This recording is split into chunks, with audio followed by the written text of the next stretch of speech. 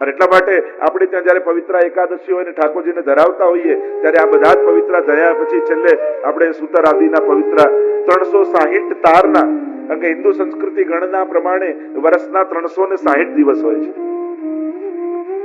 જેમ અન્નકૂટની સેવા એ 12 મહિનાની સામગ્રીની સેવા છે, એમ પવિત્રાની સેવા એ 360 દિવસની વસ્ત્રની સેવા છે.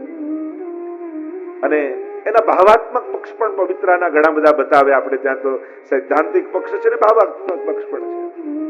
તો મહાપ્રભુજી એકાદશીની રાત્રિ ગોવિંદ ઘાટ ઉપર બિરાજ્યા છે અને મૂળ પુરુષમાં શ્રી દ્વારકેશજી એ પ્રસંગનું સુંદર રીતે વર્ણન કરતા આજ્ઞા કરે છે.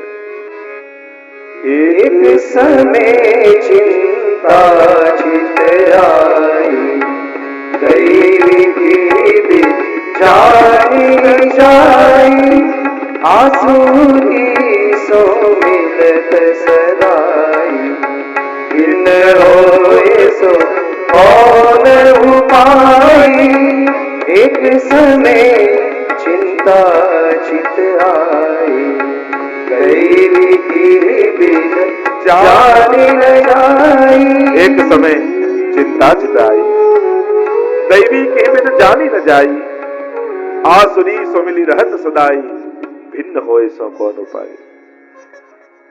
દ્વારકેશી તો બહુ સુંદર વિસ્તારથી વર્ણન કર્યું છે આખું કે કંઠ પવિત્રા લે પહેરાય મિશ્રી ભોગ ધરી મન ભાય.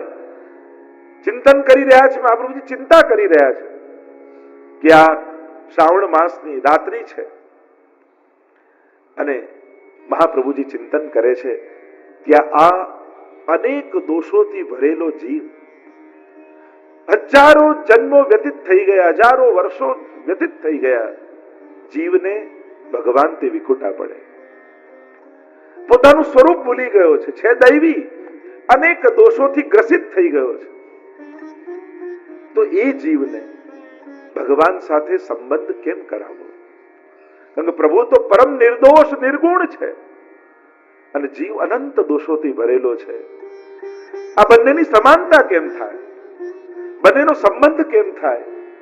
કારણ કે કોઈ સમાનતા છે નહીં કે સંબંધ થાય.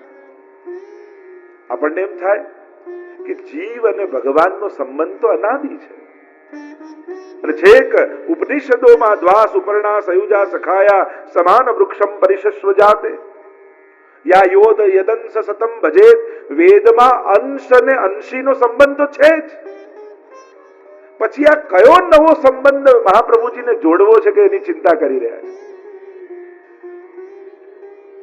કે અંશ અને અંશીનો સંબંધ તો છે, પણ મહાપ્રભુજીને સર્વભાવેન સંબંધ જોડવો છે. સર્વદા સર્વભાવેન ભજનીયો વ્રજાધિપ, એ સંબંધ નથી અને મારે તો એ સંબંધ જીવનો જોડવો છે. કારણ કે એ અધિકાર ક્યાંથી એને મળે? એ જગતના પરમ પિતા પરમાત્મા અને એને ખોળામાં રમાડવાનો અધિકાર જીવને હોય. એ પરમ ઈશ્વર જે સર્વમાં આત્મભાવે બિરાજે છે, એને ગોપીઓની જેમ આપણે પ્રેમ કરી શકીએ, એની જોડે સખા ભાવ રાખી શકીએ, એને સ્વામી બનાવી શકીએ? આ સંબંધ નથી. કારણ કે જીવ એ આત્માનો સંબંધ તો ભૂલી ગયો છે, પણ એને સંસારના સંબંધો ખબર છે. એ આ સંસારને જાણે છે. એને એ ખબર છે કે બાળકને કેમ પ્રેમ કરાય, એને એ ખબર છે કે પતિને પ્રેમ કેમ કરાય, એને એ ખબર છે કે પિતાને પ્રેમ કેમ કરાય. એ આ ભાવનાઓના સંબંધો જાણે છે. એને આત્માનો આનંદ, એ આત્માનો સંબંધનું ભાન નથી, કારણ કે અનેક જન્મોનો અંતરાય થઈ ગયો છે. અને એ ચિંતા મહાપ્રભુજી કરી રહ્યા છે કે જીવનો ભગવાન સાથે સંબંધ કેમ જોડવો.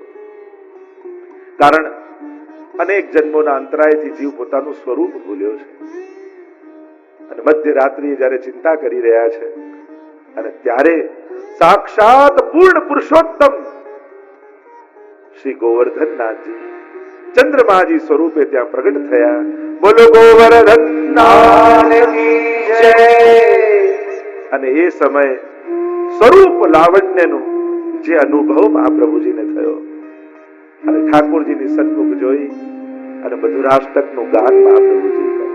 अधरं मधुरं वदनं मधुरं नयनं मधुरं हसितं मधुरं हृदयं मधुरं गानं मधुरं मधुराधिपते अखिलं मधुरं. મધુરાષ્ટકના ગાન કર્યા. પ્રભુના માધુર્યનો આનંદ મહાપ્રભુજી લીધો. આ ત્રણ શબ્દો પુષ્ટિ માર્ગમાં બહુ મહત્વના છે. ઐશ્વર્ય, સૌંદર્ય અને માધુર્ય. આ ત્રણ શબ્દોની વિશેષ મહત્તા છે. કારણ કે ઐશ્વર્ય ક્યાં છે? તો કે શ્રી યમુનાજી અષ્ટવિધ ઐશ્વર્ય છે. સૌંદર્ય ક્યાં છે? તો કે સૌંદર્યમ નિજ હૃદગતમ પ્રકટિતમ શ્રી ગૂઢ ભાવાત્મકમ પૂર્વ પંચ પુનસ્તદંતર્ગતમ પ્રાવિવિશત સ્વપ્રિયે સંશ્લિષ્ટા ઉભયોર બભૌ રસમય કૃષ્ણો હિ યત સાક્ષિકમ રૂપમ તત ત્રિતયાત્મકમ પરમભિધેયમ સદા વલ્લભમ. સૌંદર્ય વલ્લભમાં સહજ સુંદર. શ્રી ગુસાઈજી પણ નામ આપે છે. અનેક અનેક સૌંદર્યના નામો છે સર્વોત્તમમાં. તો ઐશ્વર્ય યમુનાજીમાં છે, સૌંદર્ય મહાપ્રભુજીમાં છે અને માધુર્ય ઠાકોરજીમાં છે. એટલે આ ત્રણેય શબ્દોની વિશેષ મહત્તા પુષ્ટિ માર્ગમાં છે. મધુરાષ્ટકનું ગાન કર્યું, સમસ્ત બ્રજલીલાનું સ્મરણ કર્યું. એકાદશી પવિત્ર એકાદશી હતી. પોતાના હાથે પવિત્ર સિદ્ધ કરીને મહાપ્રભુજીએ રાખ્યું હતું અને કંઠ પવિત્ર લે પહેરાય મિશ્રી ભોગ ધરી મન ભાય. ઘણી વાર લોકો અને વિશેષ રૂપે જે વધારે ક્રમ કરતા હોય ને એ લોકો મિશ્રી ભોગ ધરનારાને બહુ આમ કે આ મિશ્રી તો કઈ ભોગ ધરાતી છે ઠાકોરજીને, અમારે તો આમ કરવું જોઈએ આમ કરવું જોઈએ. પણ સૌથી પહેલી મિશ્રી કોઈ આરોગાવી હોય તો મહાપ્રભુજીએ ઠાકોરજીને આરોગાવી. મિશ્રી ભોગનો પણ ક્રમ પ્રમાણ અહીંયા આપણને મળે છે. મિશ્રી ભોગ ધરી મન ભાય.